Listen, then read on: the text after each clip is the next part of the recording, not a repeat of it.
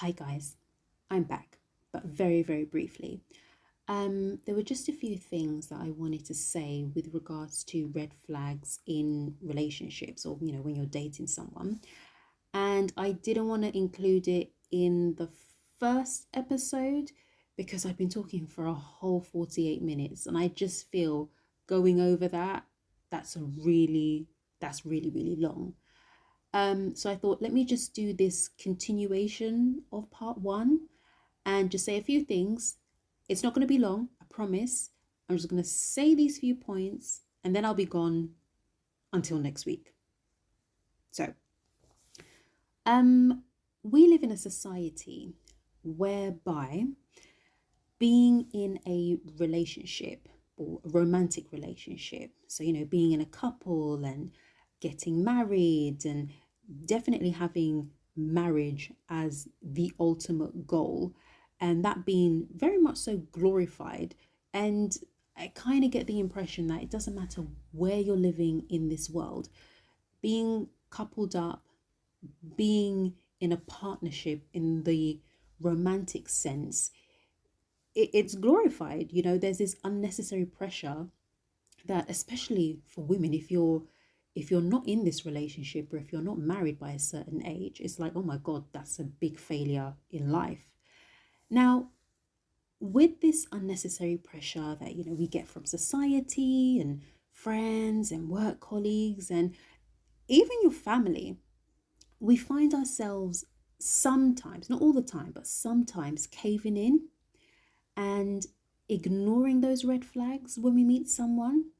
Like I said before, we sweep them underneath the carpet and then we start saying to people, oh, look, I have somebody new, and oh, this is the person I'm going to spend the rest of my life with, and oh my gosh, I'm so in love. And I kind of feel we say these things to try and convince ourselves that this is the person for us, and oh, that red flag that we saw doesn't matter, they'll change. Now, I don't want to be a negative Sally. I love love, just like many people out there. I love love.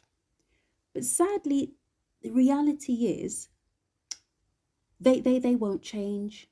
They won't change. Sometimes, in rare cases, I have heard that yes, they've changed, and that's fantastic. But sadly, they don't change. And in some circumstances, it only gets worse. The thing is, ignoring anything in life doesn't make the problem go away. It just masks it. And I also feel ignoring those red flags is maybe an indication of lack of self-love. I know 1,000,000,000,000,000,000,000,000% for me, in my own personal experience, I now know I swept those warning signs under the carpet because I didn't know any better. And this might sound really stupid to some people, but I truly believed in my heart that that is what I deserved because I didn't love myself. Ultimately, back then, I did not love myself. I didn't know what self-love was.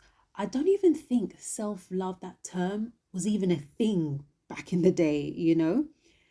But the reality is, and I'm not just speaking for myself here, all of us, whoever is listening to me out there, you do deserve to be loved. You do deserve to be respected, and you do deserve to be treated with kindness. Love yourself and know that you do deserve better. And when I say love yourself, I don't mean in a big-headed way or an egotistical way. Just know that if somebody has different morals to you, if somebody has different values to you, that's okay. We live in a world where we're all different. Find that person that syncs with you and you are both on the same page, but don't settle for somebody that deep down is not for you. Deep down you're going to have to struggle to make this work. Because like I said in the first part of this episode, don't we all just want a peaceful life? Don't we want somebody, if that is what you want, to be with someone, because there are many people out there that do want to be by themselves, which is absolutely fine. Do and live what works for you. It's absolutely fine. But if you are somebody who wants to be in a relationship, don't you want a relationship that is peaceful?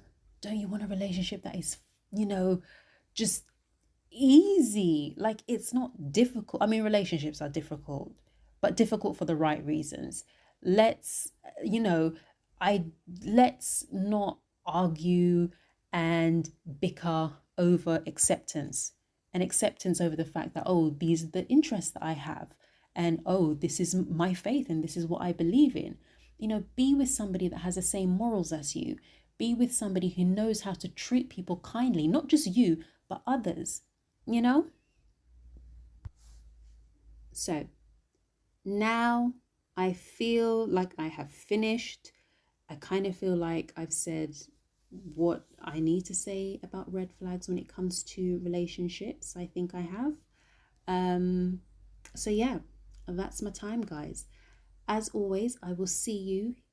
Well, I won't see you, but I hope that you hear me, or basically, I hope you're back again next week, Monday, 6 o'clock. As always, I really do hope that this little, extra segment here, you've taken something away from it. Stay safe, and we'll chat next week. Bye, guys.